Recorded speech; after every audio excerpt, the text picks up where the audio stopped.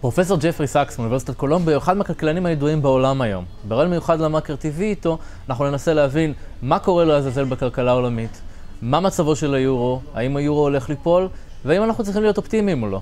Hi Jeffrey.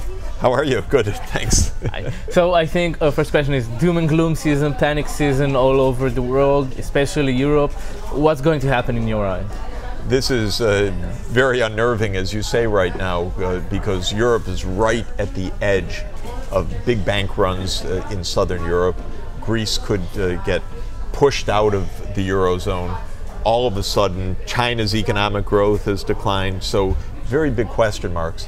I'm still of the school of thought that the Eurozone should save itself, that Greece should not be pushed away, that with some better direction, especially saving the banks before they collapse, Europe could recover, and if it did so, that would be a big help for Israel, it would be a big help for the rest of the world.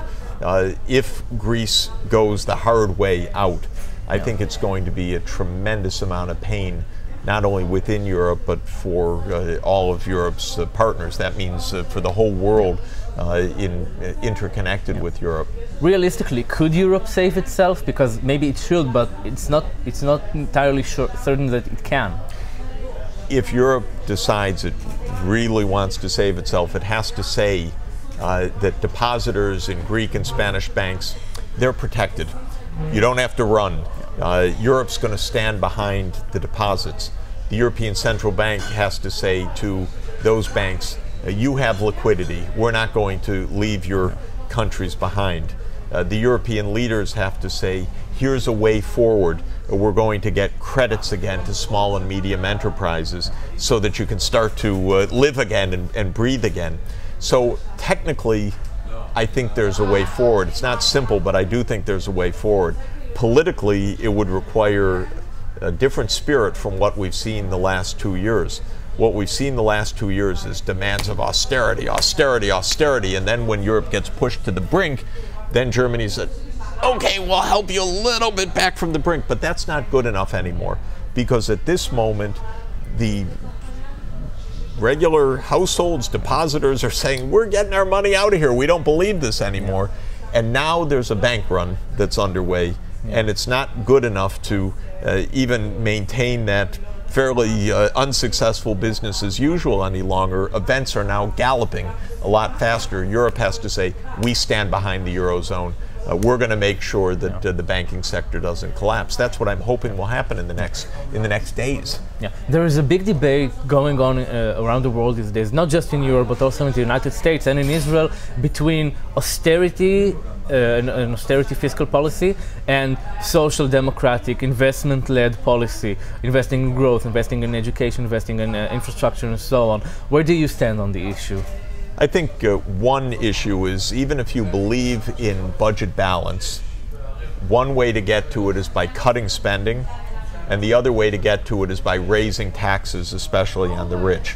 I'm strongly in favor, in the U.S. context, for example, of raising taxes on the rich. I've called for higher marginal tax rates, a wealth tax, closing loopholes on corporations, because after all, our big companies are putting their profits into the Cayman Islands, into Bermuda, and into other tax havens.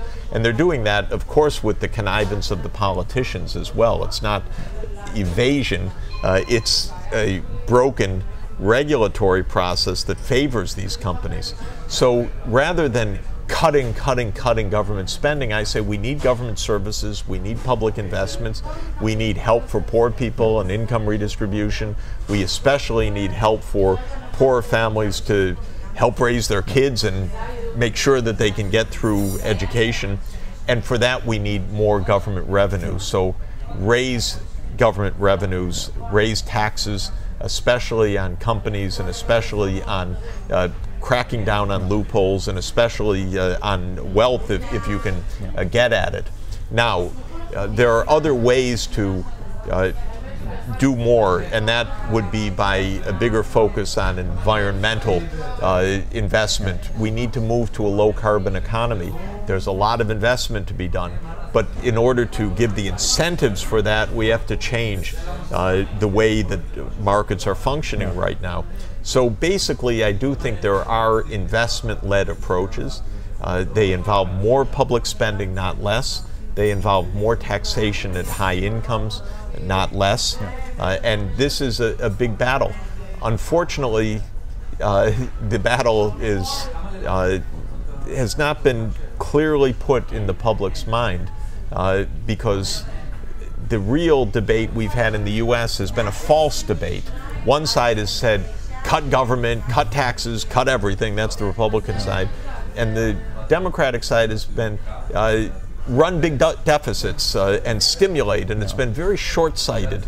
And so we've had a kind of short-term view versus a slash everything view. And neither of those is the real answer we need. We need a long-term public investment, sustainable development view. Okay. One final question. Given all the challenges and dangers ahead, are you optimistic? I think it's definitely always worth fighting for and to put your energy behind the right solutions. There is a school of thought that says if the crisis gets bad enough, we'll find the solutions. I don't believe that. In general, if the crisis gets bad enough, history shows that it can get even worse. And so I want to try to minimize crises, find solutions, mobilize knowledge and international networks of people that are interested in progressive solutions in favor of sustainable development. And I think we don't have the luxury of being optimists or pessimists. We just have to get to work and keep driving towards the right answers as best we can figure them out. Okay, thank you very much. Pleasure.